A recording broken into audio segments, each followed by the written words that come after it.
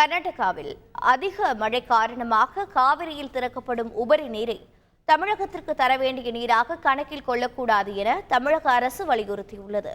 காவிரி மேலாண்மை ஆணையத்தின் 34வது கூட்டம் ஆணைய தலைவர் SK ஹல்தர் தலைமையில் நடைபெற்றது. கூட்டத்தில் தமிழகம், கர்நாடகா, கேரளா மற்றும் புதுச்சேரியை சேர்ந்த அதிகாரிகள் கலந்து கொண்டனர். கூட்டத்தில் உச்சநீதிமன்ற உத்தரவுப்படி அக்டோபர் மாதம் 20 TMC தண்ணீரை கர்நாடக அரசு திறந்துவிட வேண்டும் என்று தமிழக அரசு வலியுறுத்தியது. கர்நாடகாவில் அதிக மழை காரணமாக காவிரியில் திறக்கப்படும் உபரி நீரை தமிழகத்திற்கு தர வேண்டிய நீராக கணக்கில் கொள்ளக்கூடாது என வலியுறுத்தியுள்ளதாகவும் தமிழக நீர்வளத்துறை செயலாளர் மணிவாசன் கூறினார்.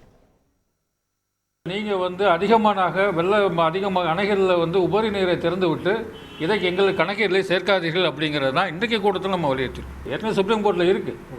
அந்த தண்ணீரை திறந்து விட வேண்டியது கர்நாடகாவுடைய பொறுப்பு. அவங்க உபரி வர்ற தண்ணீரை ஒரு 2-3 வாரத்தில் வர்ற வெள்ள தண்ணீரை திறந்து விட்டு இதை கணக்கில் காண்பது தமிழ்நாட்டுக்கு ஏற்பக்கூடிய நிலைப்பாடு அல்ல.